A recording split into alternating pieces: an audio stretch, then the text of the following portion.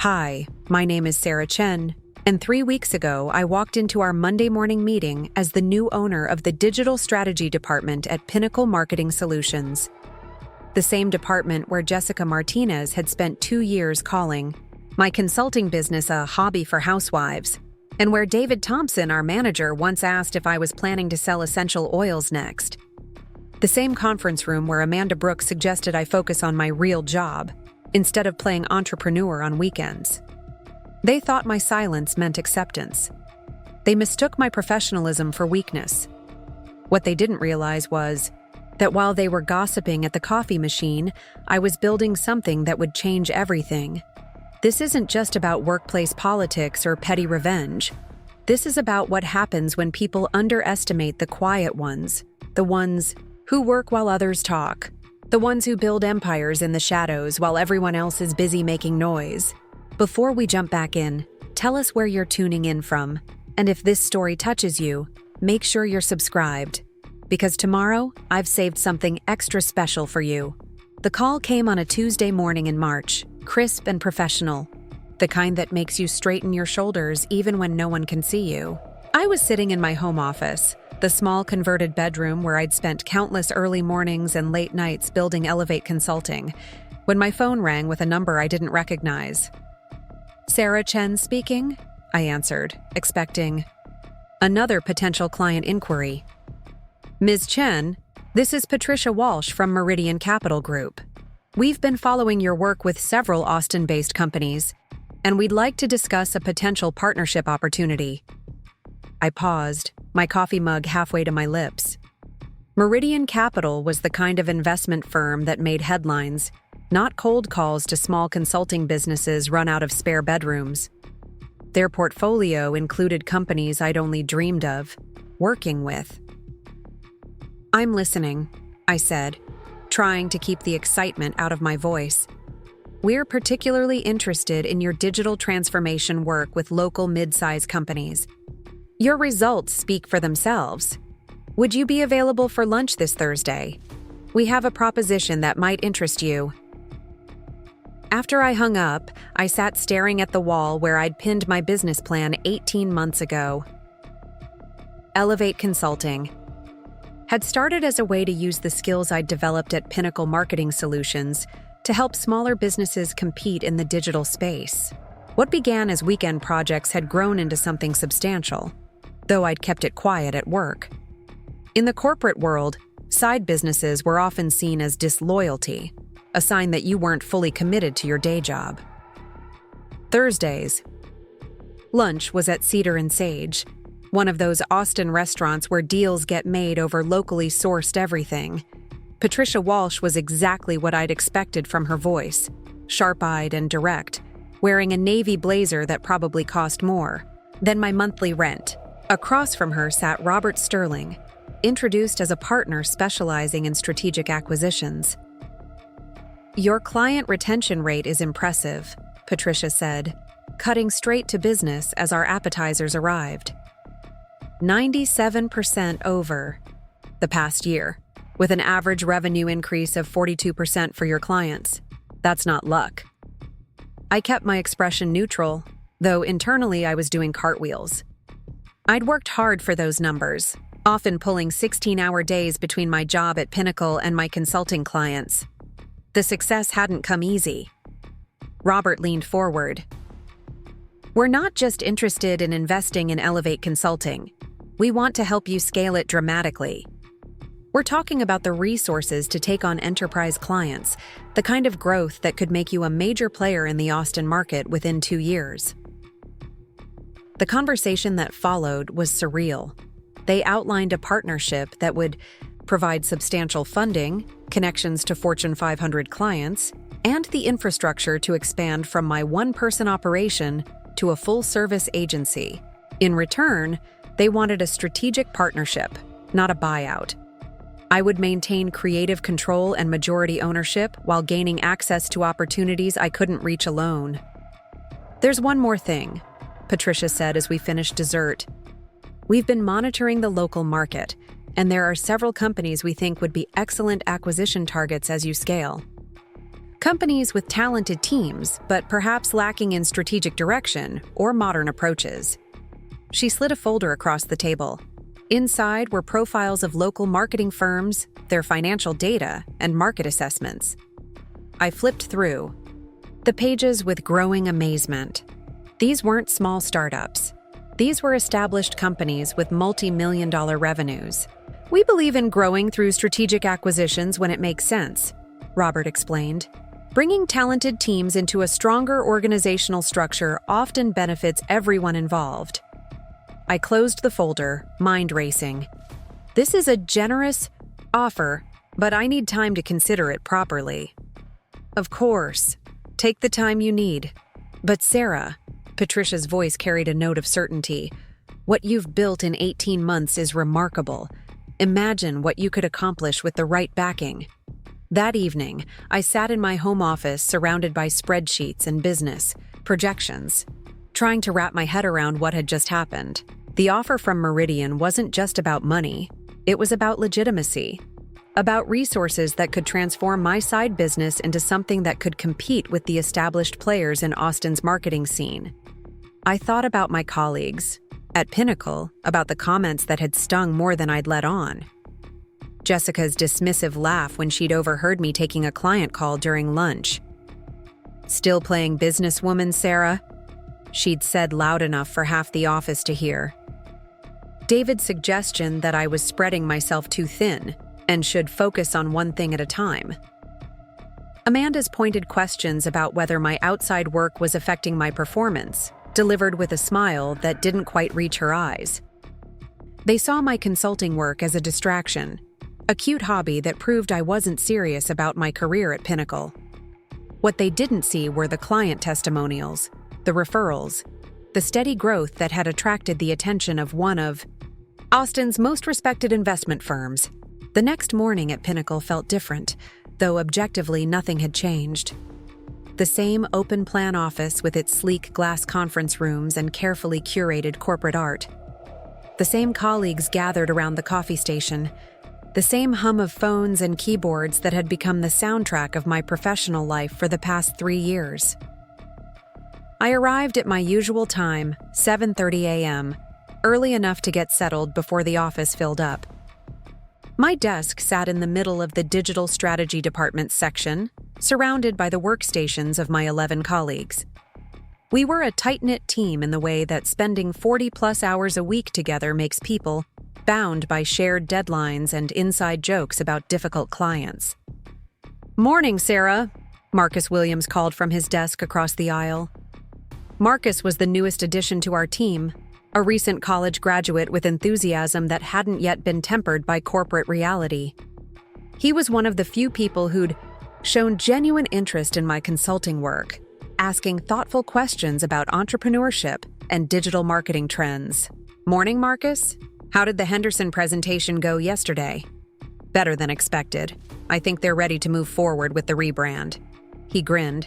"I actually used some of those conversion optimization techniques you mentioned.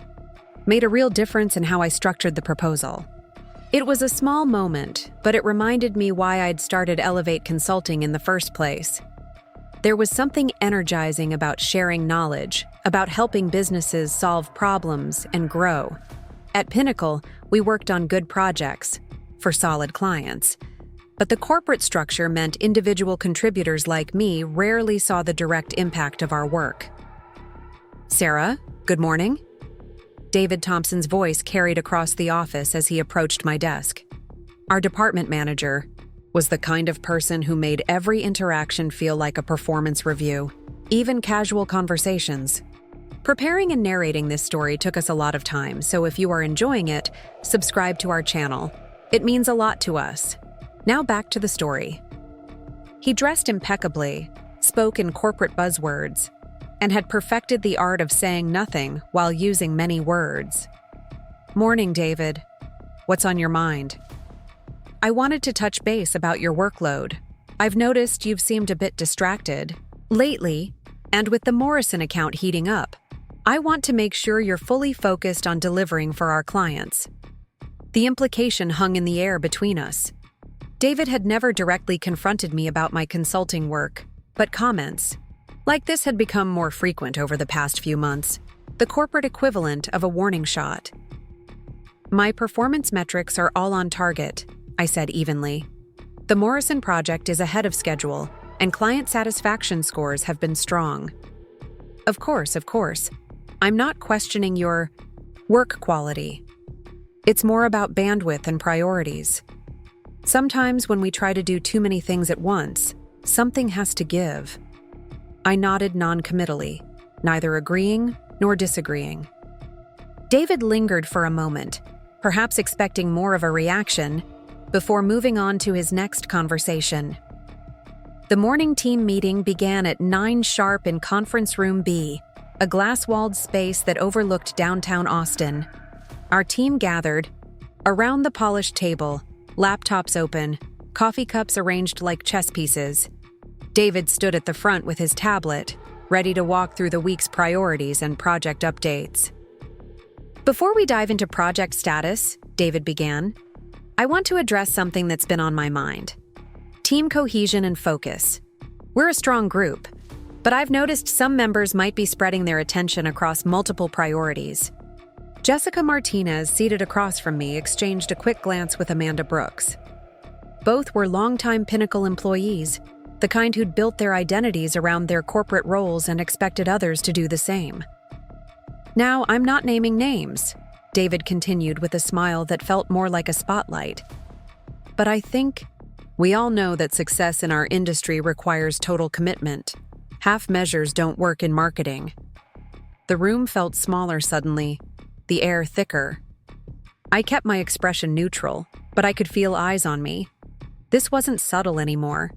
This was David, making a point in front of the entire team. That said, he pivoted smoothly, let's talk about the Morrison campaign timeline.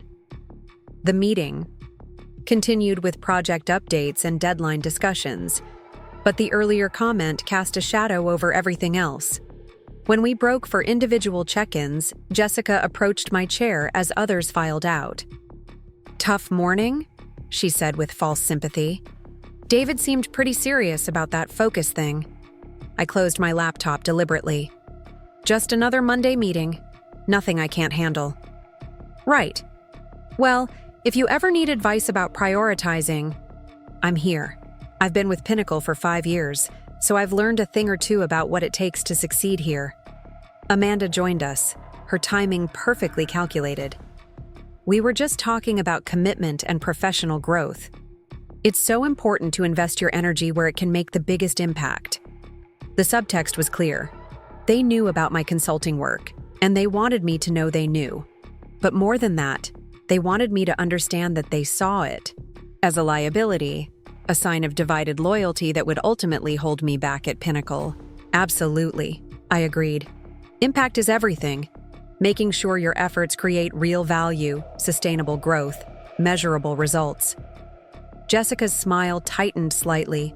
She'd expected defensiveness or embarrassment, not agreement. Exactly. Focus on what matters most. I gathered my things and headed back to my desk, leaving them to their conversation. The rest of the morning passed in a blur of emails and client calls, but the interaction stayed with me. There was something different in their approach today, more pointed than the usual subtle digs. It wasn't until lunch that I understood why. I was heating leftover soup in the break room microwave when I overheard Amanda talking to someone from the creative department near the refrigerator. Her voice carried the particular tone people use when they think they're sharing confidential information.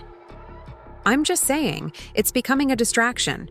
She's taking client calls during meetings, working on outside projects during company time. David's starting to notice. Has anyone actually seen her doing consulting work here? The other person asked. It's more subtle than that. But when someone's attention is divided, it shows. The quality drops, the engagement suffers. Jessica and I have both noticed it. I stood frozen by the microwave, my soup rotating slowly behind the glass door. This wasn't casual gossip. This was character assassination, carefully constructed, to sound like concerned observation. Plus, Amanda continued, lowering her voice. There are compliance issues. If she's using company resources or contacts for personal business, that's a serious problem. The microwave beeped, startling me back to the present. I removed my soup and left the break room without acknowledgement, but the damage was done. They weren't just dismissing my consulting work anymore. They were actively undermining my reputation within the company. Back at my desk, I opened my laptop and found an email from Patricia Walsh. The subject line read, "Following up on our conversation." Inside was a formal offer letter outlining the partnership terms we'd discussed, along with a timeline for implementation. As I read through the details, I felt something shift inside me. The offer was even better than what we'd discussed over lunch. Meridian wasn't just offering funding and connections. They were offering transformation, the chance to build something significant in an industry I loved. But there was more. Attached to the email was a secondary document labeled Strategic Acquisition Opportunities Phase 1. I opened it with curiosity that quickly turned to amazement. The first company profiled was Pinnacle Marketing Solutions. According to Meridian's analysis, Pinnacle was financially stable but strategically stagnant. Good revenue, talented team, established client base, but lacking innovation and growth trajectory.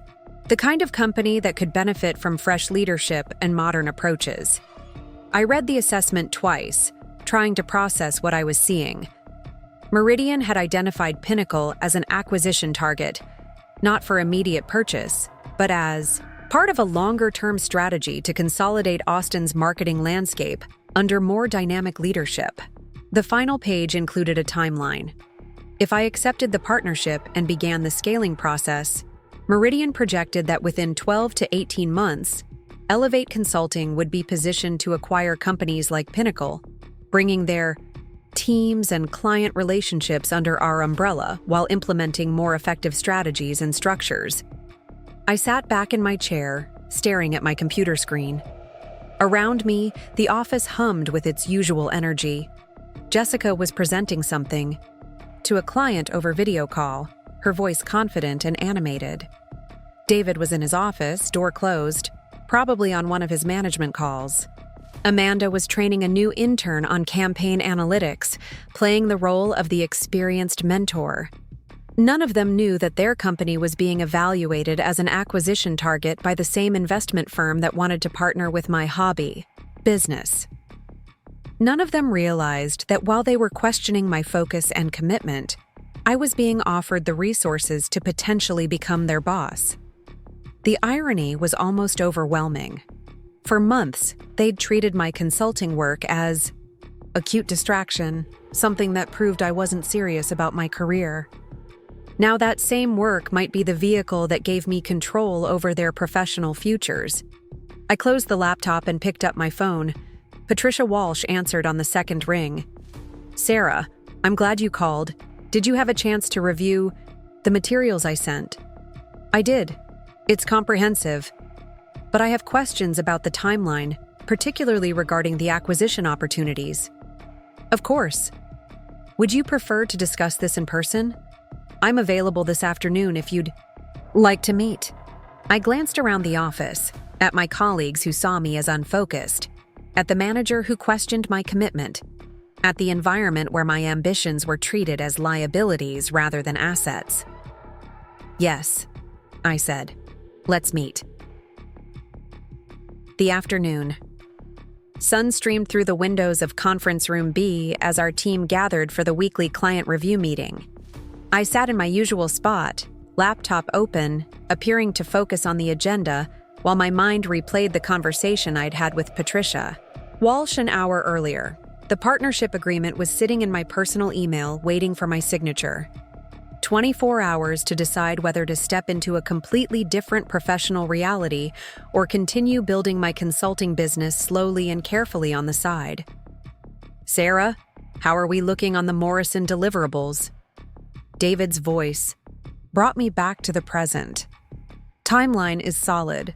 Creative concepts go to the client Thursday. Implementation begins next week." I delivered the update smoothly, professionally, giving no indication that I was contemplating a decision that would change everything. Jessica leaned forward. Speaking of timelines, I wanted to bring up something I've noticed across several projects lately. It seems like some team members might be juggling too many priorities, which could impact quality and client relationships. Here it comes, I thought, the public challenge I'd been expecting. Can you be more specific? David asked, though his expression suggested he knew exactly where this was heading. It's about focus and professional boundaries. When team members have significant outside commitments, it inevitably affects their contribution here. I've seen it in other companies, and it never ends well. Amanda nodded supportively. Client work requires total attention. Anything that divides that attention is a risk to our team's reputation. The room fell quiet. Marcus shifted uncomfortably in his chair. A few other team members studied their laptops with sudden intensity. Everyone understood that this was about me, but no one wanted to be directly involved in the confrontation. I could feel David watching me, waiting to see how I'd respond. This was my opportunity to defend myself, to explain that my consulting work had never interfered with my responsibilities at Pinnacle, to point out that my performance metrics were consistently strong. Instead, I said, "You're absolutely right. Focus is critical. Professional boundaries matter. Total commitment to excellence is non-negotiable." Jessica blinked, momentarily thrown by my agreement. She'd prepared for defensiveness, not validation of her point. "I'm glad we all understand that," David said, reclaiming control of the conversation. "Moving forward, I want to make sure everyone's priorities are crystal clear." The meeting continued with other project updates, but the tension remained. I'd managed to avoid direct confrontation, but I hadn't resolved anything. If anything, my non-response probably convinced them that their concerns were justified. After the meeting, I walked back to my desk with new clarity. This wasn't just about workplace politics or personal ambition anymore. This was about respect, about being valued for what I could contribute, rather than criticized for having vision beyond the walls of Pinnacle Marketing Solutions. I opened my personal email and began composing a response to Patricia Walsh. "Patricia, after careful consideration, I'm ready to move forward with the partnership. When can we begin the implementation process?" I hit send before I could second-guess myself. Within minutes, my phone rang. "Congratulations, Sarah. I think you're going to be amazed by what we can accomplish together. Can you meet tomorrow morning to begin the transition planning?" "Yes," I said, looking around the office that had been my professional home for 3 years, at colleagues who saw my ambitions as liabilities rather than assets. "I'll be there." The next morning, everything looked different. Same desk, same computer, same view of downtown Austin through the office windows. But I was no longer the same person who'd sat there yesterday. I was now the majority owner of Elevate Consulting, backed by Meridian Capital Group, with resources and opportunities that would have seemed impossible just 48 hours earlier. The transformation wouldn't be immediate. Patricia had outlined a careful timeline that would allow me to transition from Pinnacle while building the infrastructure for rapid scaling. But the process had begun, and there was no going back. "You look different today," Marcus commented as I settled in at my desk. "Good different, like you made some kind of decision." I smiled at his perception. Sometimes clarity comes when you least expect it. "Whatever it is, it suits you." Across the office, Jessica was already at her desk, phone pressed to her ear, speaking in the animated tone she used with important clients. David's office door was closed, a sign that he was in early morning management mode. Amanda was reviewing presentation slides on her monitor, probably preparing for the Henderson client meeting. My phone buzzed with a text from Patricia. "Legal team ready to begin documentation. First acquisition target confirmed for Q3 timeline. Exciting times ahead." I read the message twice, then deleted it. Soon enough, everyone in the office would understand exactly what kind of exciting times were ahead. But for now, I had work to do, a transition to manage, and a business empire to build. The quiet ones, I'd learned, weren't quiet because they had nothing to say. They were quiet because they were too busy working to waste time talking about it. The email arrived on a Wednesday morning while I was reviewing quarterly performance reports at my desk. Subject line: Team building event, Friday afternoon. David Thompson's signature at the bottom, marked as high priority. Team, I hope everyone can join us for an informal team building session this Friday at 3 p.m. in conference. Room A. We'll be discussing department goals, sharing insights, and strengthening our collaborative relationships. Light refreshments will be provided. Looking forward to seeing everyone there. I read it twice, noting the mandatory undertone disguised as casual invitation. In corporate speak, I hope everyone can join us meant attendance is expected. The timing was particularly interesting. Friday afternoon when most people were mentally checked out for the weekend. Prime time for the kind of conversations that happened when guards were down. My phone buzzed with a text from Marcus. Did you see David's email? Feels like more than just team building to me. I glanced across the office. Marcus was at his desk, typing on his phone while pretending to review campaign analytics. His instincts were sharp for someone so new to corporate politics. Probably routine, I texted back, though I didn't believe it myself. The rest of Wednesday passed with unusual tension. Jessica spent more time than usual hovering near David's office, their conversations conducted in the low tones reserved for sensitive topics. Amanda made several trips to the copy machine, each time pausing to chat with different team members, her smile bright and her questions seemingly casual. How's your workload feeling these days, Sarah? She asked during one of these encounters. Managing everything okay? All good. Projects are on track. That's great. It's so important to stay focused, especially with everything happening in the industry right now. Companies are really scrutinizing productivity and commitment levels. There it was again, the subtle emphasis on commitment, the implied questioning of my dedication. Amanda had perfected the art of expressing concern while planting seeds of doubt. Thursday brought more of the same energy. The office felt like a stage where everyone knew their roles except me. Conversations stopped when I approached, resumed when I moved away. Emails were sent to subsets of the team rather than the full group. The invisible lines of alliance and opposition were becoming visible. I spent Thursday evening in my home office, ostensibly working on Elevate consulting projects, but really thinking about Pinnacle's dynamics. The partnership with Meridian was moving forward smoothly. Legal documentation was in progress. Funding would be available within 2 weeks, and the first round of enterprise client introductions was scheduled for the following month. What I hadn't anticipated was how the transition period would feel. I was straddling two realities, one where I was a mid-level employee subject to corporate politics, another where I was an entrepreneur with backing from serious investors. The cognitive dissonance was exhausting. Friday arrived with unseasonable rain. Austin's sky gray and heavy with the kind of weather that makes office fluorescence feel harsh and artificial. I dressed carefully, choosing a navy blazer over a simple white blouse. Professional but not formal. Whatever was planned for the afternoon, I wanted to look composed and unaffected.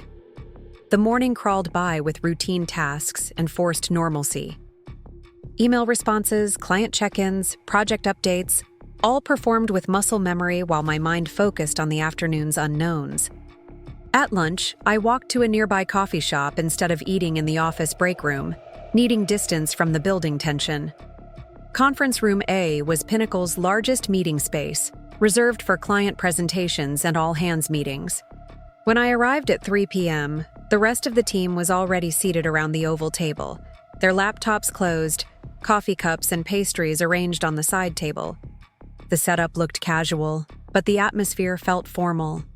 "Sarah, glad you could make it," David said from his position at the head of the table. "Please, grab some coffee and take a seat." I poured coffee I didn't want and chose an empty chair, Roughly in the middle of the table, equidistant from allies and potential adversaries. Marcus caught my eye and offered a subtle smile.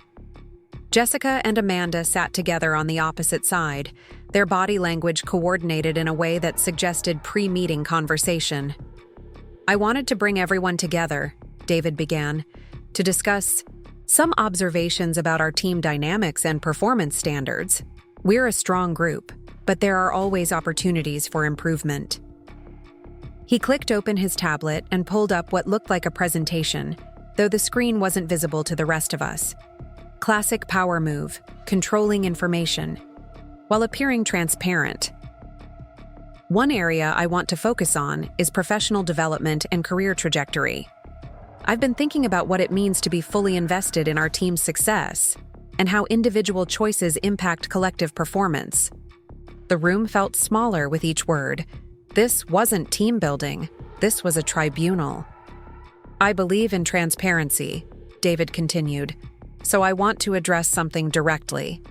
It's come to my attention that some team members may have outside business interests that could potentially conflict with their responsibilities here."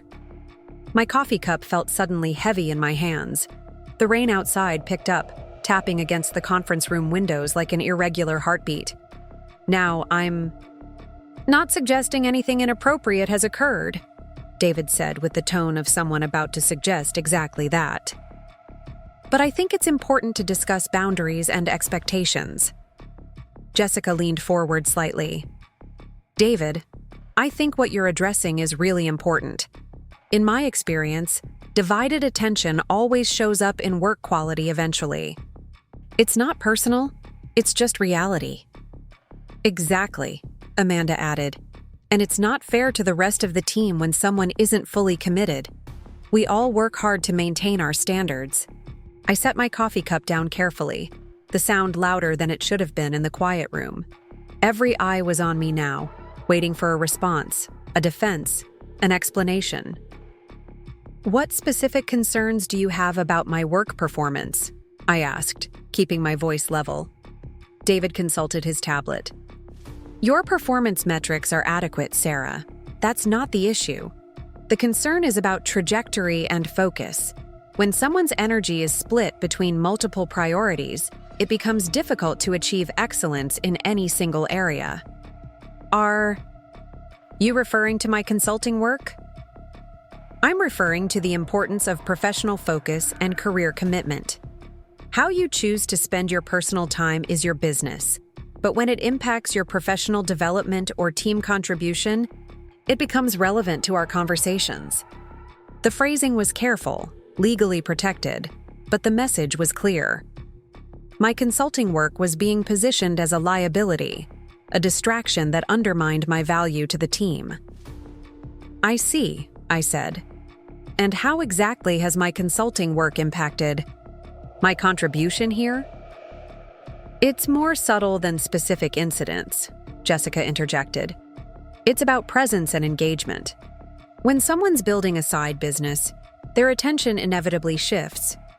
They start thinking like an entrepreneur instead of a team player."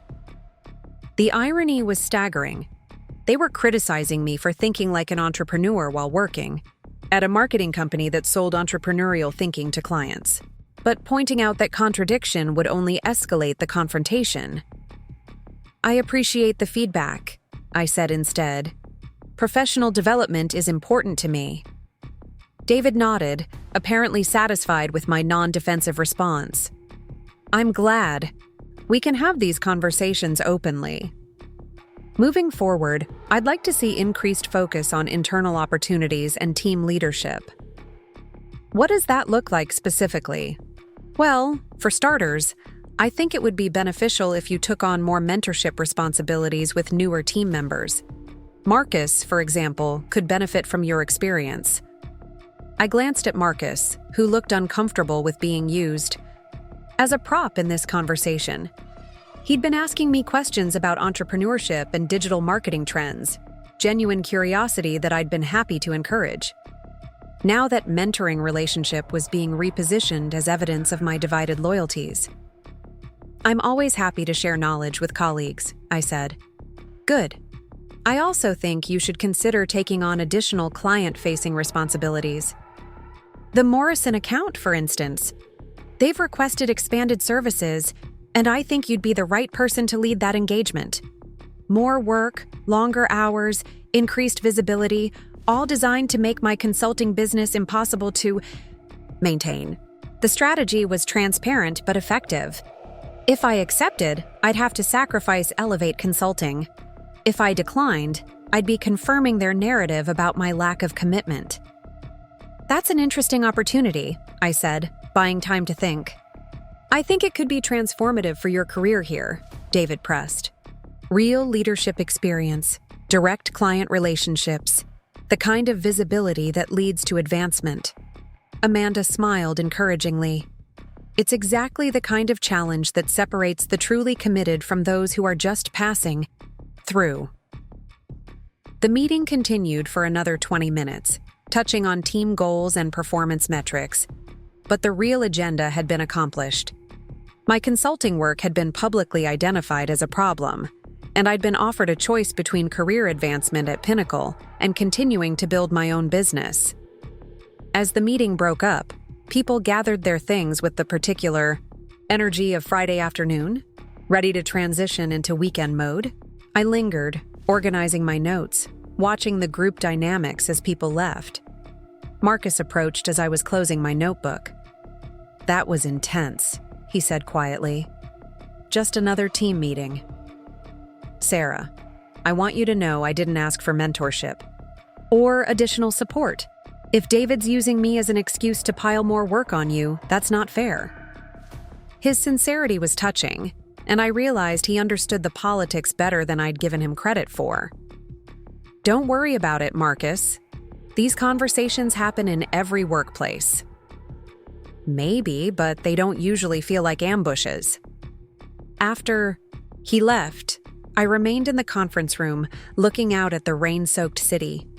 The afternoon had played out exactly as I'd expected, but experiencing it was different from anticipating it. The personal nature of the attack, disguised as professional development, felt more pointed than I'd prepared for. My phone buzzed with an email from Patricia Walsh. "Funding approved, legal documents finalized.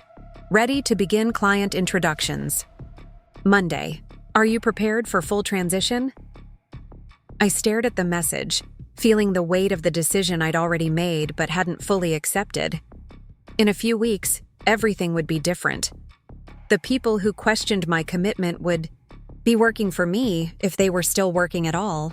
But tonight, I was still Sarah Chen, mid-level digital strategist, subject to corporate politics and management manipulation.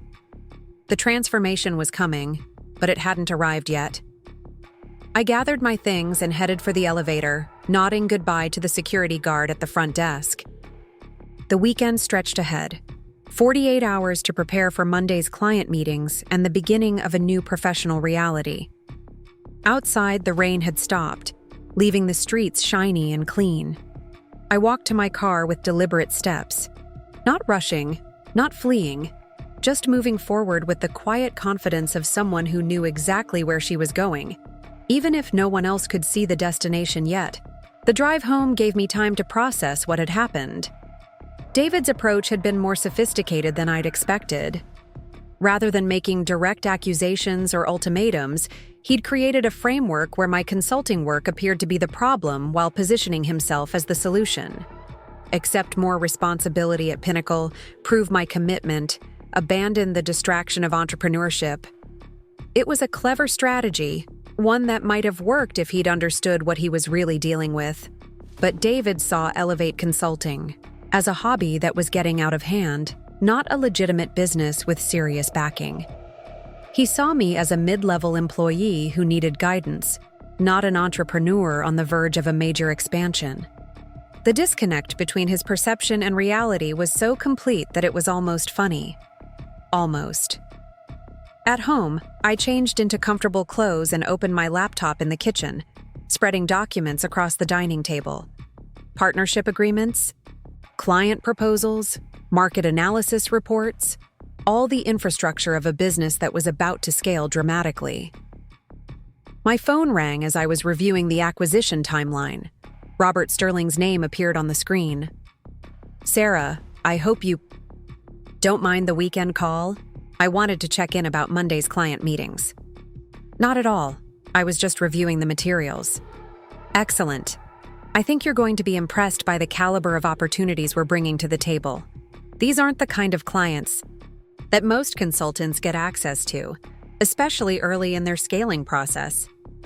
He was right. The client list included companies I'd only dreamed of working with, Fortune 500 brands with marketing budgets larger than Pinnacle's annual revenue. I'm ready, I said. More than ready. Good. There's one more thing I wanted to discuss. The acquisition timeline we shared earlier. We've been doing additional due diligence on local market opportunities, and we think we can accelerate that process. My pulse quickened. How much acceleration?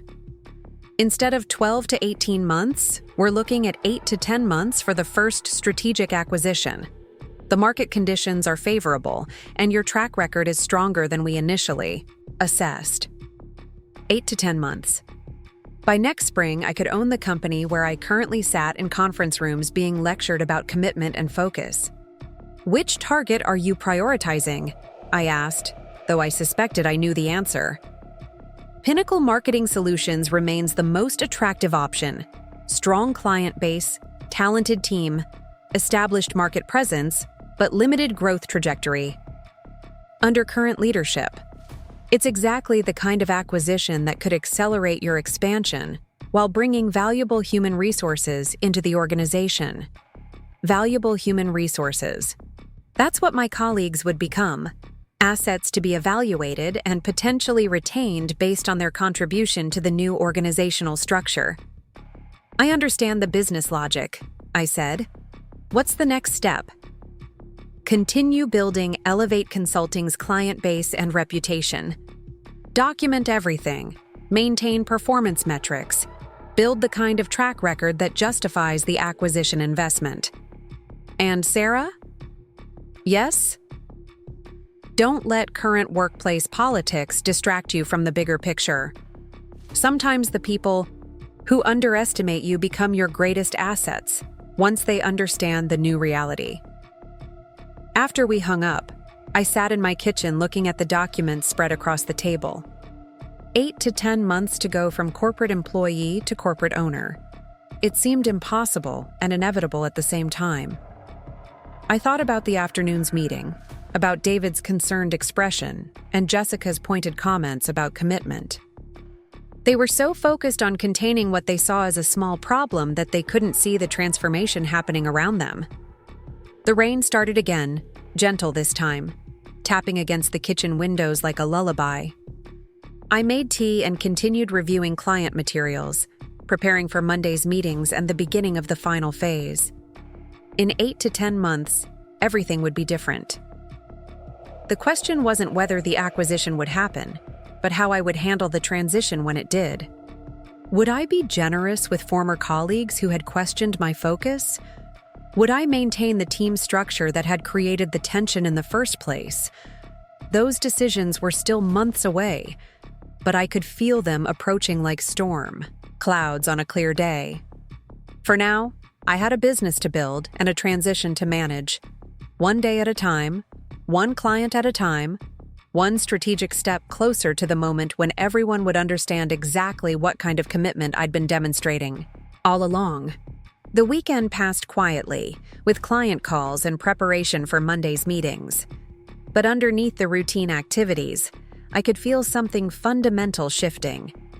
The person who would walk into Pinnacle on Monday morning would look the same as always, but she would be carrying knowledge and resources that changed everything. The game was no longer about proving myself to colleagues who couldn't see my potential. The game was about building something so substantial that their opinions became irrelevant, not through confrontation or revenge, but through the simple demonstration of what quiet determination could accomplish when backed by the right resources and vision. Monday was coming, and with it, the next phase of a transformation that would surprise everyone except the person who had been planning it all along. Monday morning arrived with the kind of crystalline clarity that makes everything feel significant. I stood in my closet at 6:30 a.m., looking at clothes that would carry me through the first day of my new reality. Black tailored pants, crisp white shirt, navy blazer that made me feel both professional and powerful. Simple gold jewelry that caught the light without demanding attention. The face in the bathroom mirror looked the same as always, but something in my eyes had changed. There was a steadiness there, a sense of purpose that hadn't existed a week ago. I was no longer Sarah Chen, the employee trying to balance corporate responsibilities with entrepreneurial ambitions. I was Sarah Chen, business owner, backed by serious investors, about to meet with Fortune 500 clients. The drive to Pinnacle felt different. Same route down 6th Street, same parking garage, same elevator to the 15th floor. But I was seeing it all through new eyes. This wasn't just my workplace anymore. It was a future acquisition target, a company whose assets and liabilities I was beginning to understand from an owner's perspective rather than an employee's. The office was already buzzing with Monday morning energy when I arrived at 7:15. Jessica was at her desk, phone pressed to her ear, speaking in the animated tone she used with important clients. David's office light was on, door closed, probably in one of his early management calls. Amanda was reviewing presentation materials, her screen filled with colorful charts and bullet points. "Morning, Sarah," Marcus called from his workstation. "How was your weekend? Productive? Yours?" "Good. I actually spent some time researching those digital transformation trends we talked about. Fascinating stuff." I smiled at his enthusiasm. Marcus had the curiosity and work ethic that would serve him well, regardless of which company ultimately employed him. "We should schedule time to discuss what you found." "That would be great. I have questions about implementation strategies and ROI measurement." As I settled at my desk, I noticed the subtle shift in office dynamics. Conversations paused when I passed, resumed when I moved away. Email threads that had previously included me were now limited to smaller groups, the invisible lines drawn. During Friday's meeting, were becoming operational reality. My computer chimed with a calendar reminder, 10 a.m. client call with Morrison Industries. I'd prepared for the conversation over the weekend, reviewing their campaign performance and developing recommendations for the expanded services David had mentioned. It was routine work, the kind of client management I'd been doing for 3 years. But at 9:45, my phone buzzed with a text from Patricia Walsh. "First enterprise client meeting confirmed for 11 a.m. Hope you're ready to be impressed." The timing was perfect. I'd handle the Morrison call professionally, fulfill my existing obligations at Pinnacle, then transition seamlessly into the new reality of enterprise-level consulting. The Morrison call went smoothly. They were pleased with campaign results and eager to expand their digital marketing investment. I outlined strategies for increased social media engagement and improved conversion optimization, the kind of tactical recommendations that demonstrated competence without revealing innovation. "This sounds exactly like what we need," the client said. "Can you put together a formal proposal for next week's board meeting?" "Absolutely. I'll have a comprehensive strategy document to you by Thursday." After the call ended, I had 15 minutes before my meeting with Patricia and the enterprise client. I used the time to organize my desk, close out of Pinnacle's systems, and mentally transition from employee mode to entrepreneur mode. The transformation was subtle but complete. Same person, same skills, same knowledge, but applied through a different lens and with different resources behind them. I gathered my things and headed for the elevator, nodding to colleagues who were settling into their Monday routines. None of them knew that I was walking out of their reality into something entirely different. The meeting was at Meridian Capitals. Downtown offices, a sleek building with floor-to-ceiling windows, and the kind of minimalist design that whispered success without shouting it. Patricia met me in the lobby, her expression warm but businesslike. "Sarah, you look ready. Our client is excited to meet you." We rode the elevator to the 20th floor in comfortable silence. The conference room overlooked Lady Bird Lake, Austin's skyline stretching toward the horizon in all directions. Seated at the polished table was a woman in her 50s, silver hair pulled into an elegant chignon, wearing a charcoal suit that probably cost more than I made in a month. Sarah Chen, meet Catherine Morrison, Chief Marketing Officer at Reynolds Technologies. I kept my expression neutral as I shook hands with someone whose last name had just been on my Pinnacle client call an hour earlier. The coincidence felt too precise to be accidental. Ms. Chen, I've been following your work through Patricia's recommendations.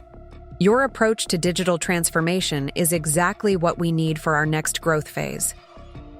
Reynolds Technologies was Morrison Industries' parent company, a Fortune 500 tech conglomerate with global operations and marketing budgets that dwarfed anything I'd worked with at Pinnacle. Catherine Morrison was several levels above the Morrison Industries contacts I'd been managing. I'm honored by your interest, I said, taking a seat at the conference table. What specific challenges are you looking to address? The conversation that followed was unlike anything I'd experienced in corporate consulting. Catherine outlined marketing initiatives that spanned multiple countries, budget allocations that exceeded Pinnacle's annual revenue, strategic objectives that required the kind of innovation and scale I'd only imagined. We're not looking for tactical execution, she explained.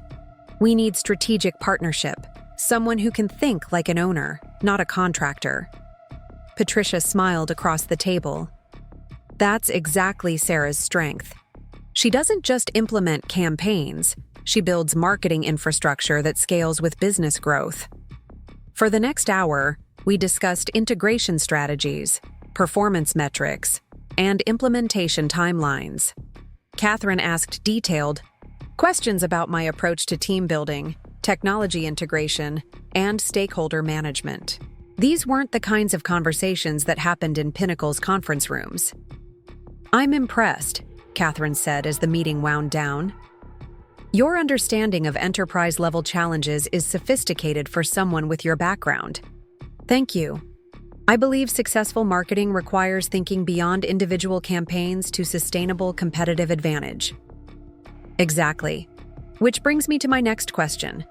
We're looking for a consulting partner who can grow with us, someone who has the infrastructure and resources to handle increasingly complex engagements. How do you see Elevate Consulting scaling over the next 12 months? I glanced at Patricia, who nodded encouragingly. We're in an expansion phase, strategic partnerships with investment backing, plans for team growth, and capabilities that will allow us to take on enterprise clients like Reynolds Technologies. Good, because what I'm proposing isn't a single project engagement. We want to establish a retainer relationship, ongoing strategic consulting that could easily become a 7-figure annual contract. The number hung in the air like a challenge. 7 figures annually from a single client, more than most consulting firms generated in total revenue. The kind of contract that transformed a side business into a major market player overnight. That's the kind of partnership we're designed to handle, I said, hoping my voice conveyed confidence rather than the amazement I was feeling. Excellent. Patricia will send you the formal request for proposal. I'd like to see your strategic framework and team structure recommendations by the end of the week. After Catherine left, Patricia and I remained in the conference room, the city spreading out below us like a map of possibilities. Well, Patricia asked, how does it feel to land your first enterprise client? Surreal. This morning, I was managing a small campaign for Morrison Industries. This afternoon, I'm discussing 7-figure retainers with their parent company. Welcome to the major leagues, Sarah. This is what happens when you have the right backing and the right opportunities. But remember, this is just the beginning. The drive back to Pinnacle felt like traveling between dimensions. Same streets, same traffic, but I was returning to a reality that no longer fit. The elevator ride to the 15th floor gave me time to transition back into employee mode, to remember that for my colleagues, this was just another Monday afternoon. The office looked smaller somehow, the problems more manageable, the conversations less significant. I sat at my desk and opened the Morrison Industries file, preparing to write the proposal I'd promised during the morning call. The scope and budget seemed quaint compared to what I'd just discussed with Catherine Morrison. "How was lunch?" Marcus asked from across the aisle. "Productive. Got some good perspective on client development." Jessica walked by on her way to the coffee station, pausing near my desk. "You were gone longer than usual. Everything okay?" "Just a networking meeting. Nothing exciting." She nodded, but I could see the wheels turning. My extended absence hadn't gone unnoticed, and in the current environment, everything was subject to interpretation. The afternoon passed in a blur of routine tasks and strategic planning. I worked on the Morrison Industries proposal while simultaneously outlining the Reynolds Technologies strategic framework. 2 different projects for 2 different versions of myself, separated by several levels of complexity and responsibility. At 4 p.m., David emerged from his office for one of his periodic floor walks, the kind of casual supervision that let him check in with team members without scheduling formal meetings. "Sarah, how did the Morrison call go this morning?" Well, they're excited about expansion opportunities. I'm putting together a comprehensive proposal for their board meeting." "Excellent. That's exactly the kind of client leadership I was talking about on Friday. Taking ownership, driving growth, demonstrating commitment to our team's success." His smile was warm and approving, the expression of a manager pleased with his employees' development. He had no idea that the same client relationship he was praising as evidence of my renewed focus was actually connected to opportunities that would make his entire department irrelevant. "I appreciate the confidence," I said. "It's rewarding to work with clients who value strategic thinking." "That's what I like to hear. Keep this momentum going, and we'll have more opportunities for expanded responsibility." After he moved on to his next conversation, I returned to my dual reality of proposal writing. The Morrison Industries document was straightforward, tactical, recommendations within familiar parameters. The Reynolds Technologies framework was comprehensive, strategic thinking at a scale that required different vocabulary and concepts. By 5:30, most of the office was emptying out for the evening. Monday was traditionally a lighter departure day, people easing into the week's rhythm rather than rushing toward deadlines. I stayed at my desk until 6 p.m., finishing both proposals and preparing for Tuesday's routine. The drive home gave me time to process the day's events. In 12 hours, I'd managed Morrison Industries as a Pinnacle employee and discussed Reynolds Technologies as an enterprise consultant. I'd received praise from David for client leadership while preparing to compete with his company for major market opportunities. The cognitive dissonance was manageable but unsustainable. I was straddling 2 realities that would soon become incompatible. At home, I changed into comfortable clothes and opened my laptop in the home office that had become the headquarters of Elevate Consulting. The Reynolds Technologies proposal demanded my full attention, strategic thinking that would set the foundation for everything that followed. My phone rang as I was outlining the implementation timeline. Robert Sterling's name appeared on the screen. "Sarah, Patricia tells me the Reynolds meeting went extremely well. It exceeded my expectations. Catherine Morrison is exactly the kind of client I hoped we'd attract. 7-figure annual retainer from a Fortune 500 company. Not bad for your first enterprise engagement." I laughed, feeling the weight and excitement of the opportunity. No pressure at all. "Actually, there's something else I wanted to discuss. The acquisition timeline we talked about last week. Recent market analysis suggests we might be able to accelerate even further." My pulse quickened. "How much acceleration?" 6 to 8 months instead of 8 to 10. The combination of your enterprise client success and current market conditions creates a perfect opportunity for strategic acquisition. 6 to 8 months. By late spring or early summer, I could own Pinnacle Marketing Solutions. Which factors are driving the acceleration? Several things. Your credibility with enterprise clients demonstrates scalability. Market conditions favor consolidation in the marketing services sector. And frankly, target companies like Pinnacle are showing vulnerabilities that make them attractive acquisition opportunities. What kind of vulnerabilities? Leadership, focused on control rather than growth. Talented employees looking for better opportunities. Client relationships that could benefit from more sophisticated strategic thinking.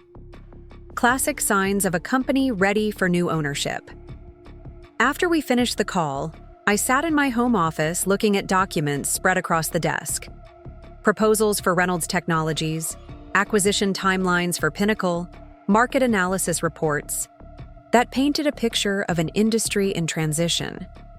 In 6 to 8 months, the colleagues who questioned my commitment would be my employees. The manager who counseled me about focus would be reporting to me. The conference room where I'd been, lectured about professional boundaries, would be hosting meetings where I made strategic decisions about the company's future. The transformation was accelerating beyond what I'd imagined possible. What had started as a side business 18 months ago was becoming the vehicle for industry-level change. I opened a new document and began writing the Reynolds Technologies proposal, strategic recommendations that would establish Elevate Consulting as a major market player and accelerate the timeline toward owning the company where I currently sat in meetings about team building and professional development. The irony was perfect. The same strategic thinking that my Pinnacle colleagues dismissed as distraction was attracting Fortune 500 clients and investment backing that would soon give me control over their professional futures. But tonight, I was still Sarah Chen, employee, working in my converted bedroom office on projects that would change everything. The transformation was coming, but it hadn't arrived yet. I had proposals to write, clients to impress, and a business empire to build. One strategic decision at a time, one enterprise client at a time, one quiet step closer to the moment when everyone would understand exactly what commitment looked like, when it was backed by vision, resources, and unshakable determination. The rain started again outside my home office window, gentle and steady, tapping against the glass like applause for decisions well made and opportunities seized. I smiled and continued writing, building the future one paragraph at a time. Tuesday morning brought an email that changed everything, though I didn't recognize its significance until hours later. The sender was David Thompson. The subject line read "Quarterly Review Preparation," and the message appeared routine at first glance. Sarah, I'd like to schedule your Q2 performance review for this Friday at 2 p.m. Please prepare a comprehensive self-assessment, including project contributions, client relationships, and professional development goals. I'm also requesting that you compile a detailed breakdown of your time allocation across all professional activities for the past 6 months. This will help us discuss career trajectory and resource optimization. Thanks, David. I read it twice, focusing on the phrase, all professional activities. In corporate environments, performance reviews typically focused on internal contributions and company-specific achievements. The request for comprehensive time allocation suggested a different agenda. My phone buzzed with a text from Marcus. Did you get David's email? Mine just asks for standard project review. Wondering why yours is different? The distinction was telling. Standard performance review for most team members, comprehensive time audit for me. David was building a case, documenting evidence for conclusions he'd already reached. I spent Tuesday morning working on the Reynolds Technologies proposal, transforming strategic concepts into actionable recommendations. The scope was exhilarating. Marketing initiatives that spanned multiple countries and business units. Budget allocations that required thinking at scales I'd never experienced. By lunch, I'd completed the first draft of what would become a 70-page strategic framework. The document outlined everything from organizational structure to technology integration, performance metrics to stakeholder management. It was the kind of comprehensive thinking that demonstrated enterprise-level capability. At 1 p.m., Jessica approached my desk with the particular smile she used when delivering information disguised as casual conversation. "Sarah, I hope you don't mind me asking, but I noticed you've been getting some interesting emails lately. David mentioned he's doing enhanced performance reviews for team members with expanded responsibilities." The phrasing was careful, positioned as support rather than surveillance. But the implication was clear. My communications were being monitored, my activities tracked, my professional behavior documented. "Performance reviews are always good. Opportunities for development conversations," I replied neutrally. "Absolutely. It's so important to be transparent about priorities and time management, especially when there might be questions about focus or commitment." She lingered for a moment, waiting for a response that would provide more information or reveal defensiveness. When I remained silent, she moved on to her next conversation, but the message had been delivered. The afternoon brought a sequence of events that felt choreographed.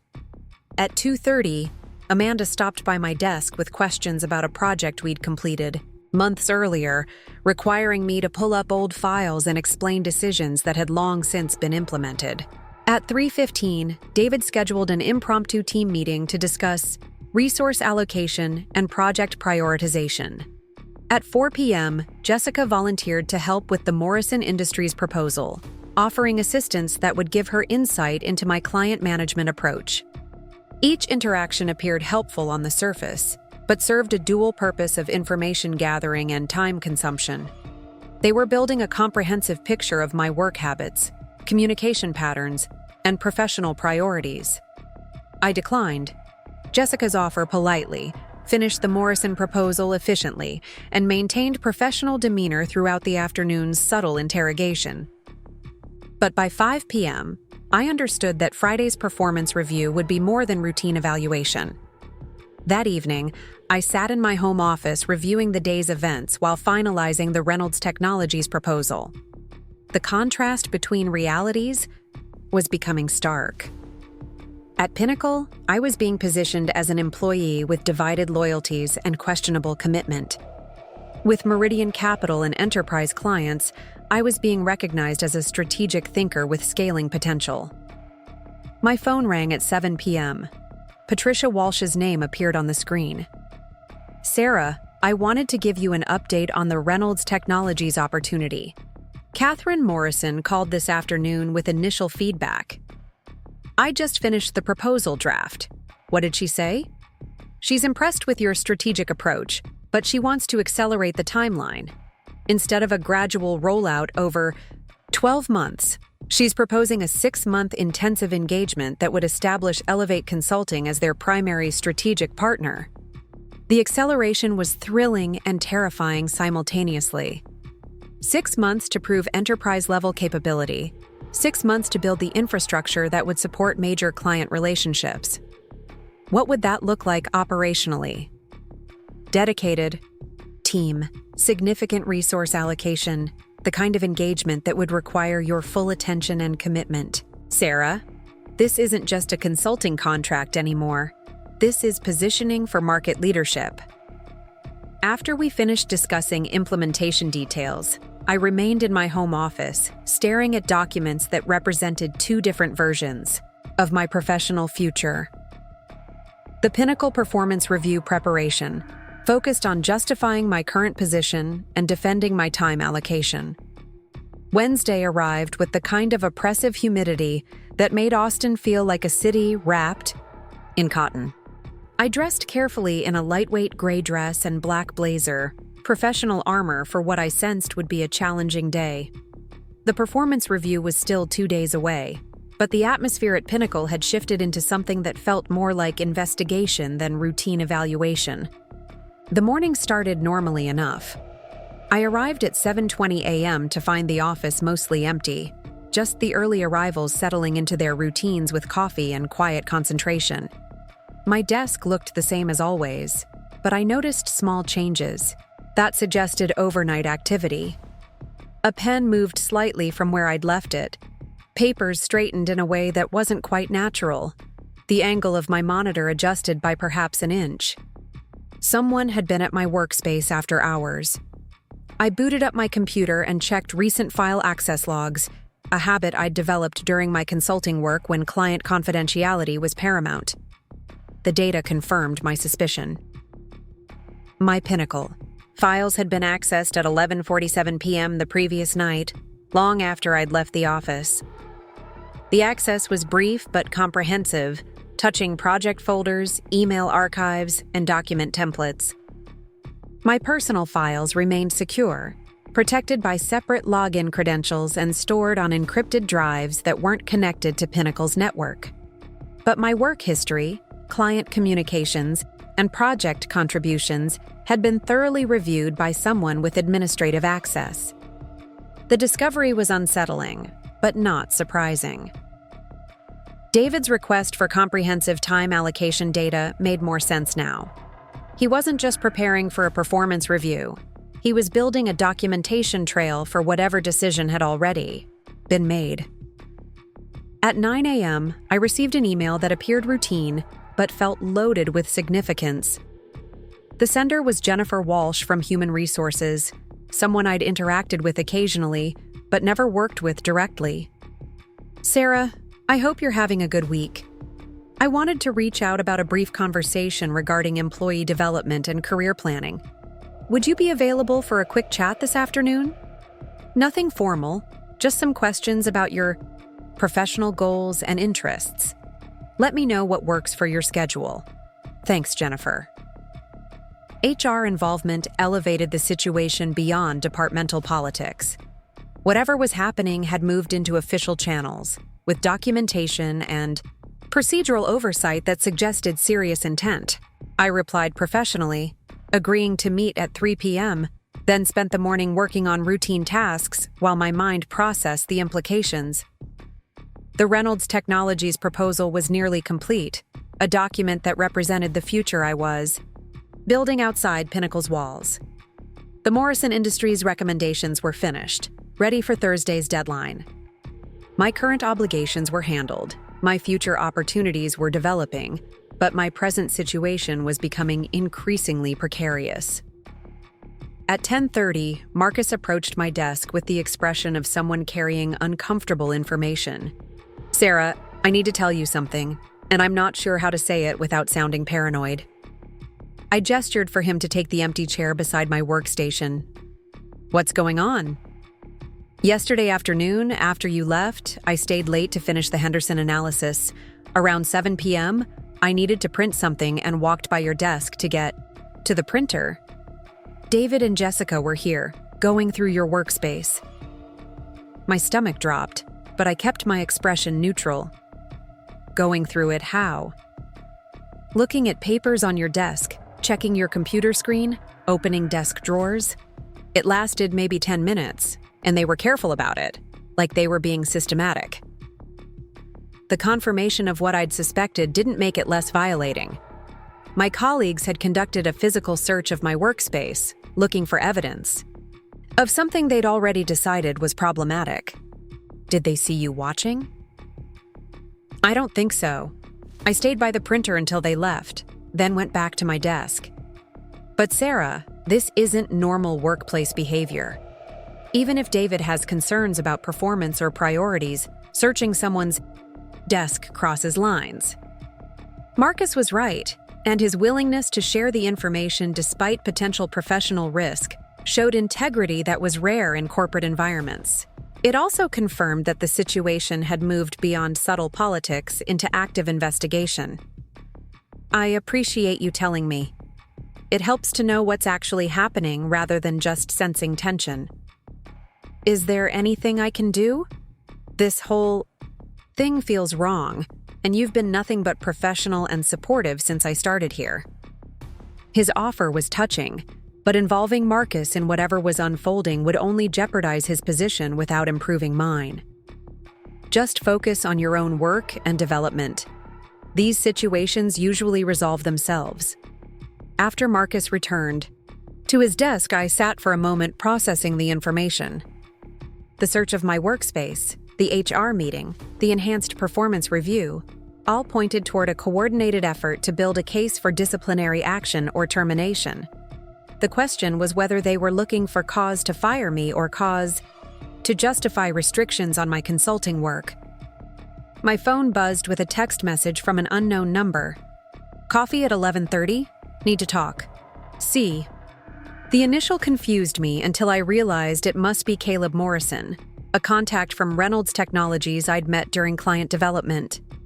We'd exchanged information about industry trends and potential collaboration opportunities, but I hadn't expected direct communication outside formal business channels. I texted back, "Available? Where?" The response came quickly. "Grind coffee on 5th Street. Come alone." The cryptic tone was unusual for business communication, but given the morning's revelations, I was open to information from any source. I told Marcus I was stepping out for coffee and left the office with the casual confidence of someone running routine errands. Grind Coffee was a local Austin institution, the kind of place where tech entrepreneurs and creative professionals gathered to work on laptops and conduct informal meetings. I found Caleb at a corner table, dressed in casual clothes rather than business attire, looking more like a concerned friend than a professional contact. "Sarah, thanks for coming. I wasn't sure how to handle this, but I felt like you should..." "No." I ordered coffee and took the seat across from him. "Know what?" "My company has been getting inquiries about your consulting work. Specifically, questions about whether you've been using proprietary information from Pinnacle Marketing in your external projects. The accusation was serious enough to end careers and trigger legal action. Corporate espionage, theft of intellectual property, breach of fiduciary duty, all potential charges that could result in termination, lawsuit, and professional destruction. Who's making these inquiries?" "Someone claiming to represent Pinnacle's legal department. They called our procurement office yesterday asking about the nature of our relationship with Elevate Consulting and whether any of your recommendations seem to draw on inside knowledge of competitor strategies." My mind raced through the implications. If David and Jessica were involving legal departments in their investigation, the situation had moved far beyond performance review territory into potential criminal allegations. "What did your procurement office tell them?" "Nothing substantive. We don't discuss vendor relationships with outside parties without proper documentation and authorization." "But Sarah, the fact that they're asking these questions suggests they're building a serious case against you." I sipped my coffee, buying time to think. The strategy was becoming clear. Create documentation of divided loyalty through the performance review process, search for evidence of proprietary information misuse, involve HR and legal departments to legitimize the investigation, then present findings that would justify termination for cause. Is there anything else you can tell me about the inquiry? The person who called knew details about your consulting work that weren't public information. Client names, project timelines, even some specifics about your strategic approaches. They have inside information about your business activities. Someone at Pinnacle had been monitoring my consulting work closely enough to share detailed intelligence with legal representatives. The level of surveillance suggested coordination between multiple departments and careful documentation of my professional activities. Caleb, I appreciate you sharing this information. It helps me understand what I'm dealing with. There's one more thing. The person who called mentioned they were particularly interested in any connections between your consulting clients and Pinnacle's existing or potential client relationships. They seem to think you're using inside knowledge to compete directly with your employer. The irony was striking. While they were investigating me for potentially stealing clients, I was preparing to acquire their entire company. While they worried about proprietary information misuse, I was developing capabilities that would make their concerns irrelevant. After leaving the coffee shop, I walked back to Pinnacle with new clarity about the timeline and stakes involved. The investigation was more serious than I'd realized, but it was also more vulnerable to the kind of strategic response that my consulting experience had taught me to develop.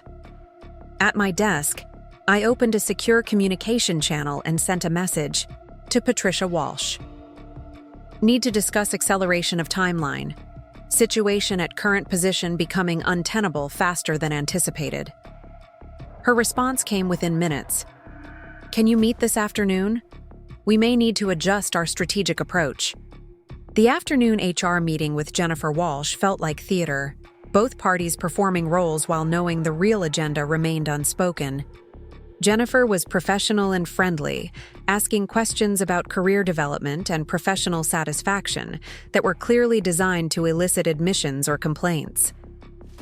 How are you feeling about your role here at Pinnacle? Are there aspects of the work that you find particularly engaging or challenging? I've enjoyed the client strategy work and the opportunity to develop comprehensive marketing approaches. That's great. And how do you balance your professional responsibilities with other interests or commitments? The question was carefully phrased to avoid direct reference to my consulting work while creating an opening for discussion of potential conflicts. I believe in maintaining professional boundaries and meeting all my obligations to Pinnacle and our clients. Jennifer nodded and made notes on her tablet. Of course. We value employees who are committed to their roles here while also growing professionally. Sometimes that balance can be challenging to maintain. The conversation continued for 20 minutes, touching on topics from project management to team collaboration, all framed as developmental discussion, but clearly intended to document my responses for future reference. After the meeting, I returned to my desk feeling like I'd navigated a minefield successfully, but knowing that more explosive devices were hidden throughout the path ahead. My computer showed 3 new emails, including one from David Thompson, with the subject line, Additional Review Materials. The message was brief, but significant. Sarah, as part of Friday's performance review preparation, please compile documentation of all client communications from the past 6 months, including emails, meeting notes, and project deliverables. This comprehensive review will help us assess your contribution to team success and identify opportunities for continued growth. Please have materials ready by Thursday afternoon. Thanks, David. The request was enormous in scope and impossible to fulfill completely within the timeline provided. Client communications from 6 months included hundreds of emails, dozens of meetings, and multiple project cycles. The practical impossibility was likely intentional, creating grounds for criticism regardless of my response. My phone rang as I was reading David's email. Patricia Walsh's voice was urgent when I answered. Sarah, we need to move quickly. Can you meet me in 30 minutes? Yes. What's happening? I'll explain when I see you. Same building as yesterday, 20th floor, but use the private elevator bank on the west side. Security will be expecting you. The location change and security arrangements suggested that discretion had become critical. I gathered my personal items, told Marcus I was leaving early for appointments, and headed for the elevator with the calm efficiency of someone who had been preparing for this moment without knowing when it would arrive. The drive downtown gave me time to organize my thoughts. The investigation at Pinnacle was accelerating towards some kind of confrontation or formal action. The opportunities with Meridian Capital were developing faster than originally planned. The 2 timelines were converging in ways that would force decisive action sooner than anyone had anticipated. The private elevator bank was accessed through a discrete entrance that required keycard authorization. Security personnel checked my identification and escorted me to the 20th floor, where Patricia waited in a conference room that overlooked the city through floor-to-ceiling windows. Sarah, we have a problem and an opportunity, and they're both time-sensitive. I took a seat at the polished table. I'm listening. First, the problem. We've received information that your current employer is planning legal action related to your consulting activities. Allegations of proprietary information misuse, client interference, breach of contract terms. The confirmation of what Caleb had warned me about earlier felt like a physical blow, even though I'd been expecting it. What kind of legal action? Termination for cause, potential lawsuit for damages, possible criminal referral for corporate espionage. They're building a comprehensive case designed to destroy your professional reputation and eliminate your ability to compete in the Austin market. The stakes were even higher than I'd realized. This wasn't just about job security or workplace politics. This was about professional survival and the future of everything I'd built. What's the opportunity? Patricia smiled, and I could see why she'd been successful in high-stakes business negotiations.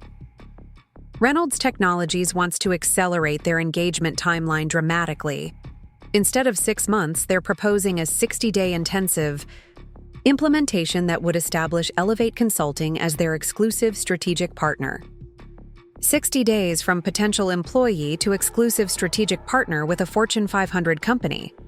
The timeline was aggressive but achievable with proper resources and support. What would that require operationally? Full commitment to Elevate. Consulting, immediate resignation from Pinnacle, comprehensive strategic framework delivery within 2 weeks, and team building to support enterprise-level client service. The choice was stark and unavoidable. Stay at Pinnacle and face legal action that could destroy my consulting business and professional reputation. Or resign immediately and commit completely to building something that could transform my career and industry position. There's one more factor you should consider, Patricia continued. Our acquisition timeline for companies like Pinnacle has been moved up significantly. Instead of 6 to 8 months, we're looking at 4 to 6 months for strategic acquisition opportunities. 4 to 6 months. By early next year, I could own the company that was currently building a legal case against me. What's driving the acceleration? Market conditions, your demonstrated capability with enterprise clients, and frankly, intelligence about target companies that suggests they're more vulnerable to acquisition than we initially assessed. The pieces were falling into place with almost mathematical precision.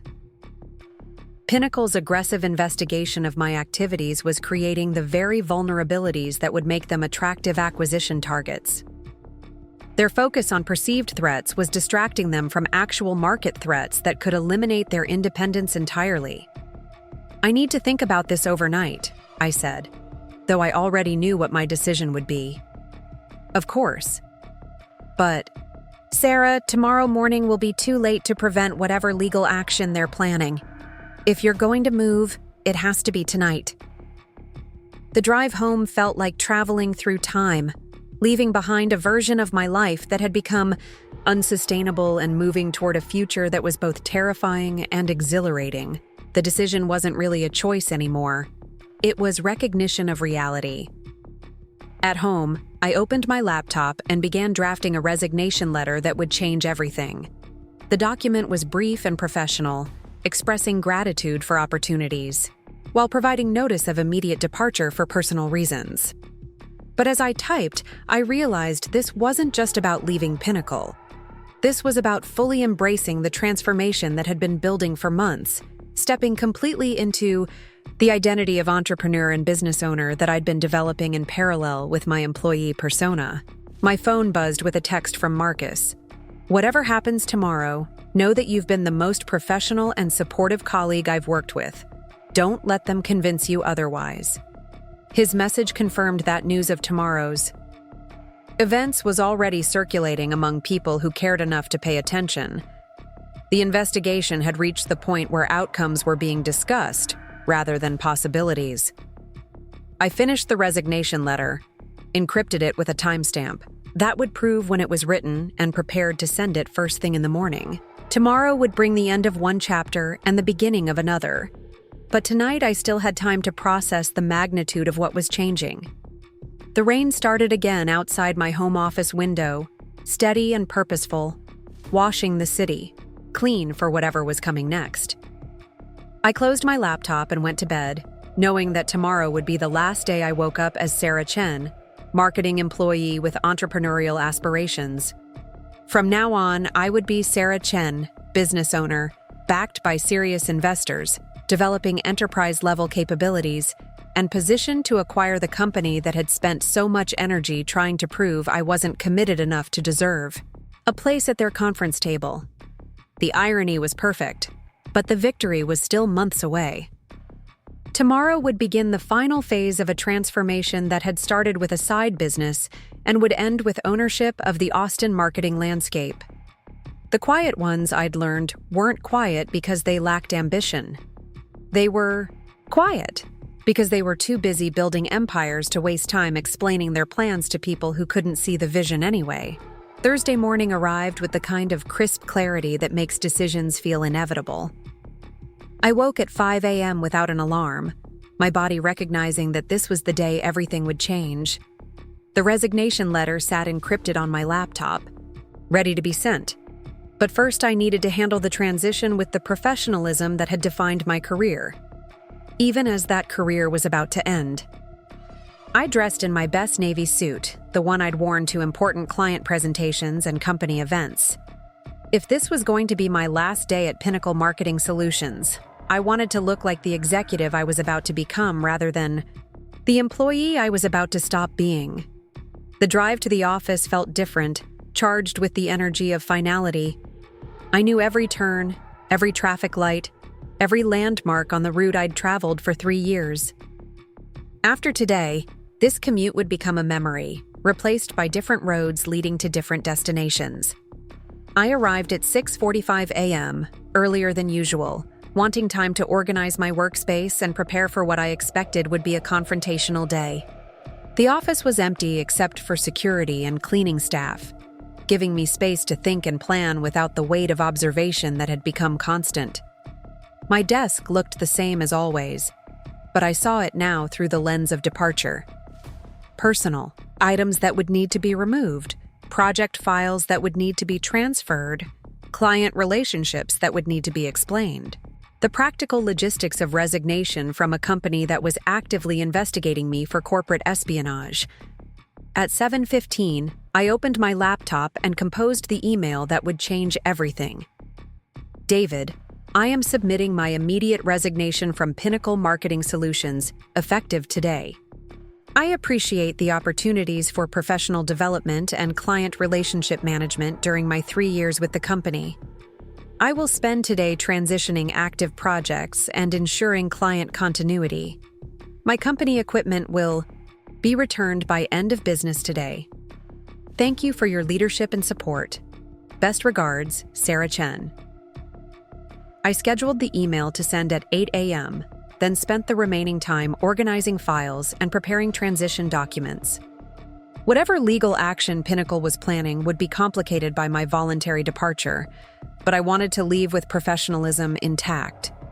At exactly 8 a.m., I clicked send and felt the weight of 3 years lift from my shoulders. My phone rang within minutes. David Thompson's name appeared on the screen, his voice tight with controlled anger when I answered. Sarah, we need to talk immediately. Don't do anything else until I get there. I'm happy to discuss the transition process and ensure proper handoff of client responsibilities. This isn't about transition. This is about serious allegations that need to be addressed before any resignation can be accepted. The phrasing was telling. Allegations that needed to be addressed. Resignation that needed to be accepted. David was trying to maintain control over a situation that had already moved beyond his authority. I understand you may have concerns, but my resignation is effective immediately. I'm committed to professional transition of my responsibilities today. Sarah, if you leave this building without resolving the questions we have about your consulting activities, there will be legal consequences. Serious ones. The threat was explicit now, no longer disguised as performance review or developmental conversation. But threats only worked when the target had something to lose, and I had already made peace with leaving everything behind. I'll be in the office until 5 p.m. today handling transitions. After that, any communication should go through proper channels. I hung up and immediately called Patricia Walsh. It's done, I said when she answered. Resignation submitted. Transition, day beginning. How are you feeling? Terrified and exhilarated. Mostly exhilarated. Good. That's exactly how you should feel when you're betting everything on yourself.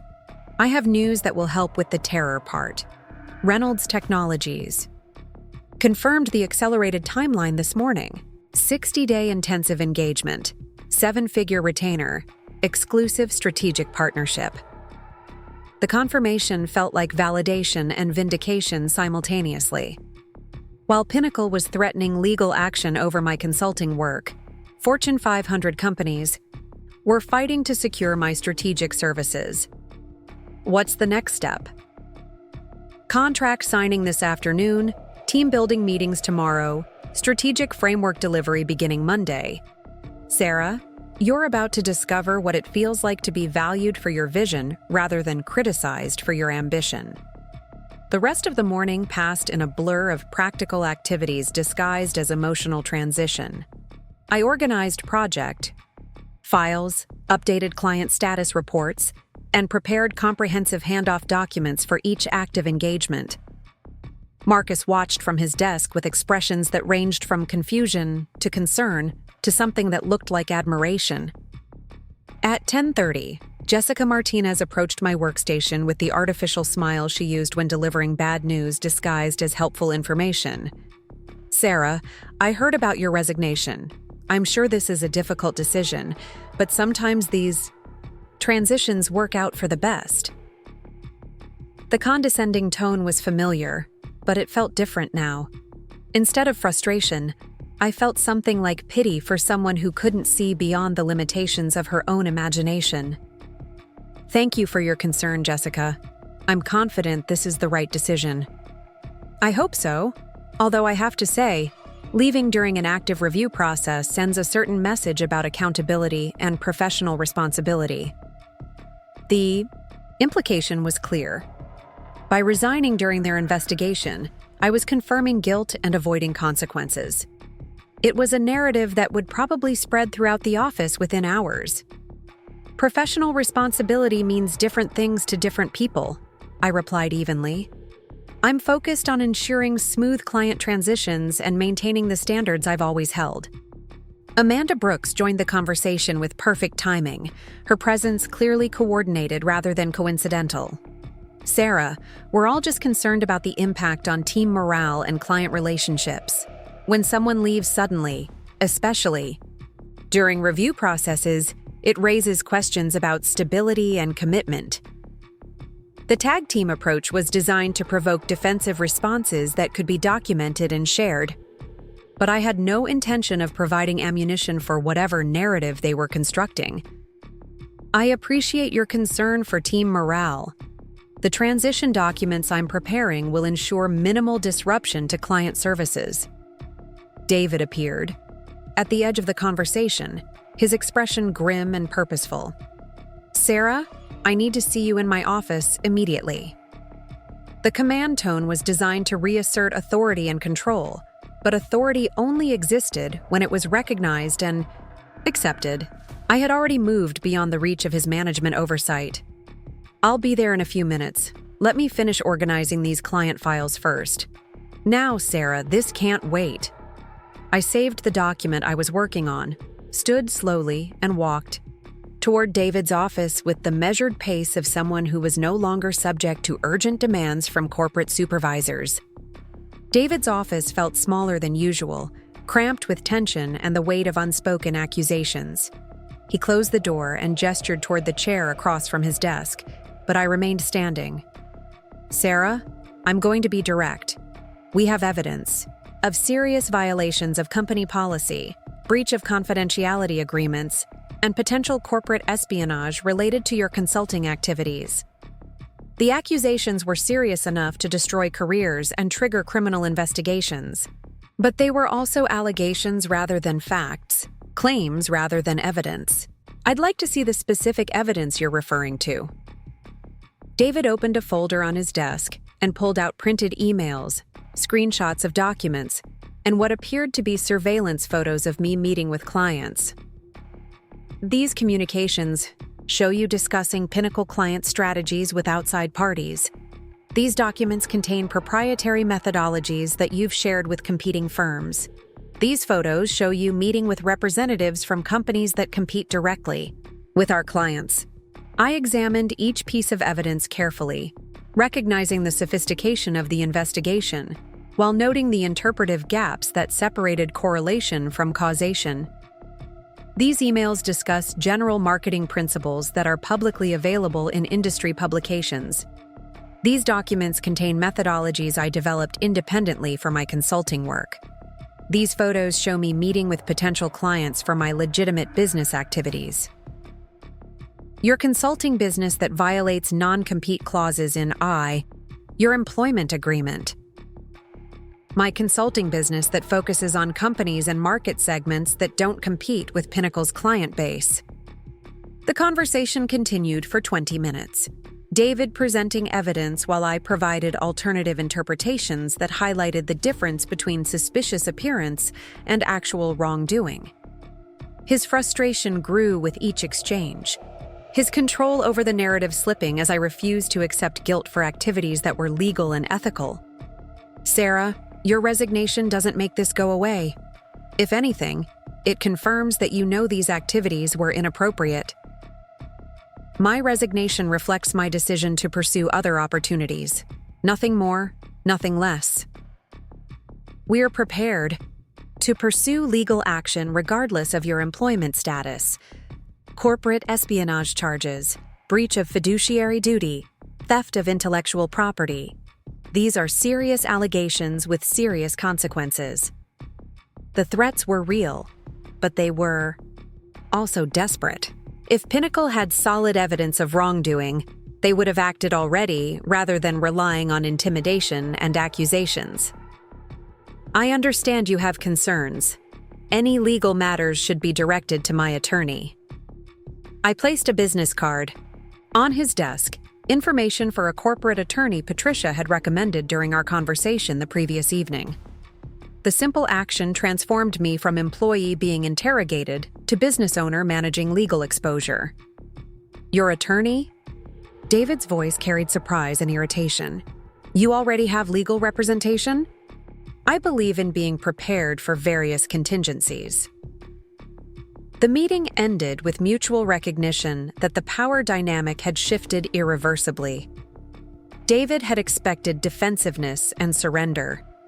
Instead, he'd encountered professional composure and strategic preparation that suggested resources and planning beyond his anticipation. I spent the afternoon completing transition documents and organizing files, working with the methodical efficiency of someone who had already mentally departed. Colleagues observed my activities with curiosity and concern, some approaching with genuine questions about client handoffs, others fishing for information about the morning's dramatic developments. Marcus was the most direct in his approach, stopping by my desk during a lull in afternoon activities. Sarah, I don't know what happened in David's office, but I want you to know that whatever they're saying about your work or your integrity, I've seen nothing but professionalism and excellence from you. His support was touching and unexpected, a reminder that workplace politics didn't reflect the full range of professional relationships I'd built. Thank you, Marcus. That means more than you know. Is there anything I can do to help with the transition? Any projects or client relationships that need special attention? Just continue doing the excellent work you've been doing. The clients respect you, and that's what matters most. At 4 p.m., my phone buzzed with a text message from Patricia Walsh. Contract ready for signature. Can you meet at 5:30? The timing was perfect. I would finish my Pinnacle transition at 5 p.m. and begin my Elevate Consulting expansion at 5:30, a seamless progression from one professional identity to another. I spent the final hour organizing my desk, boxing personal items, and preparing a comprehensive transition email for the team. The message was professional and positive, expressing gratitude for collaboration while avoiding any reference to the morning's confrontations or underlying tensions. At exactly 5 p.m., I sent the transition email, powered down my computer, and gathered my personal belongings. The box wasn't large, mostly photos and small decorative items that had made the workspace feel personal over 3 years. As I walked toward the elevator, I noticed colleagues watching from their workstations. Some offered waves or verbal goodbyes. Others seemed uncertain about appropriate responses given the circumstances. Jessica and Amanda remained focused on their computer screens, avoiding eye contact that might require acknowledgement of my departure. David emerged from his office as I reached the elevator bank, his expression a mixture of frustration and concern. "Sarah, this doesn't have to be adversarial. If you're willing to discuss reasonable compromises, we might be able to resolve these concerns without legal escalation." The offer was interesting, but irrelevant. I was no longer negotiating from a position of employment vulnerability or career dependence. My future lay in directions that Pinnacle couldn't influence or control. "I appreciate the offer, David. Any future discussions should go through appropriate legal channels." The elevator doors opened. I stepped inside and turned to face the office I was leaving behind. In the brief moment before the doors closed, I saw my former colleagues continuing their afternoon routines, unaware that they were witnessing the end of an era and the beginning of something that would transform all their futures. The ride to the parking garage gave me time to process the emotions of departure. Relief was the strongest feeling, followed by excitement about opportunities ahead. But there was also sadness for relationships that would change and possibilities that would remain unexplored. The drive to Meridian Capital's offices felt like traveling between dimensions, leaving behind a world where my ambitions were questioned and entering one where they were celebrated and supported. Patricia was waiting in the 20th floor conference room, contract documents spread across the polished table like blueprints for a new future. "How was your last day?" "Professionally challenging, personally liberating." "Perfect. That's exactly how major transitions should feel." The contract signing took an hour, each page representing commitments and opportunities that would have seemed impossible just weeks earlier. Enterprise-level client relationships, substantial financial backing, strategic partnerships that would establish Elevate Consulting as a major Austin market player. As I signed the final page, Patricia smiled, with the satisfaction of someone who had successfully orchestrated a complex business transaction. "Sarah, you've just committed to building something extraordinary. How does it feel?" "Like I'm finally using my full potential instead of apologizing for having it." The celebration was brief, followed by practical planning for the intensive expansion that would begin immediately. Team building, client relationship management, strategic framework development, all the activities that would transform a solo consulting practice into an enterprise-level service provider. 6 months later, I stood in the conference room of Pinnacle Marketing Solutions, looking across the table at David Thompson, Jessica Martinez, Amanda Brooks, and the rest of the team that had once questioned my commitment and focus. But now, I wasn't Sarah Chen, former employee with questionable loyalties. I was Sarah Chen, CEO of Elevate Consulting Group, the company that had just acquired Pinnacle Marketing Solutions for a price that reflected both its market value and the strategic potential that new leadership could unlock. The acquisition had proceeded exactly as Meridian Capital had projected. Pinnacle's focus on internal politics rather than market innovation had left them vulnerable to companies with better resources and clearer vision. Their investigation of my consulting activities had distracted them from competitive threats that ultimately eliminated their independence. David sat across from me with the expression of someone trying to process an impossible reversal of fortune. 6 months earlier, he'd been threatening me with legal action and questioning my professional commitment.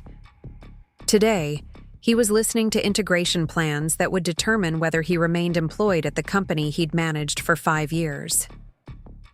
"I want to assure everyone that this acquisition is about growth and opportunity, not punishment or retaliation," I said, addressing the room with the calm authority that came from having survived their worst intentions and succeeded beyond their imagination. Elevate Consulting Group values the client relationships and institutional knowledge that Pinnacle has built. Our goal is to enhance those strengths with better resources, more sophisticated strategies, and expanded market reach. Jessica raised her hand hesitantly. What does that mean for current employees and job security? It means that talented professionals who embrace change and contribute to our growth objectives will find more opportunities than they've ever had. It also means that we'll be implementing performance standards and accountability measures that reflect enterprise-level expectations. The irony was perfect. The same strategic thinking they'd dismissed as distraction had attracted the investment backing that enabled me to acquire their company. The same consulting relationships they'd investigated as potential corporate espionage had provided the client references that established my credibility with Fortune 500 companies. Marcus Williams was the first to ask about advancement opportunities, his curiosity and work ethic unchanged by the dramatic reversal of organizational dynamics. Sarah, what kind of growth trajectories are possible under the new structure? The kind that reward innovation, client results, and strategic thinking, rather than political positioning and workplace surveillance. The meeting continued for another hour, covering integration timelines, performance expectations, and cultural changes that would transform Pinnacle from a regional marketing firm into the Austin division of a rapidly expanding consulting empire. After the team departed, I remained in the conference room, looking out at the city that had witnessed my transformation from underestimated employee to successful entrepreneur to industry consolidator. My phone buzzed with a text from Patricia Walsh. Second acquisition target identified. Ready to expand into Dallas market? I smiled and typed back, "Always ready. Send me the details." The quiet ones weren't quiet because they lacked ambition or vision. They were quiet because they were too busy building empires to waste time explaining their plans to people who would try to stop them anyway. Sometimes the best revenge isn't confrontation or retaliation. Sometimes it's simply becoming so successful that the people who underestimated you end up working for you, learning from you, and wondering how they missed the signs of everything you were building while they thought you weren't paying attention. The transformation was complete, but the empire was just beginning. Austin was conquered, Dallas was next, and after that, who knew how far the quiet determination of someone who refused to accept other people's limitations could reach? Up next, you've got 2 more standout stories right on your screen. If this one hit the mark, you won't want to pass these up. Just click and check them out.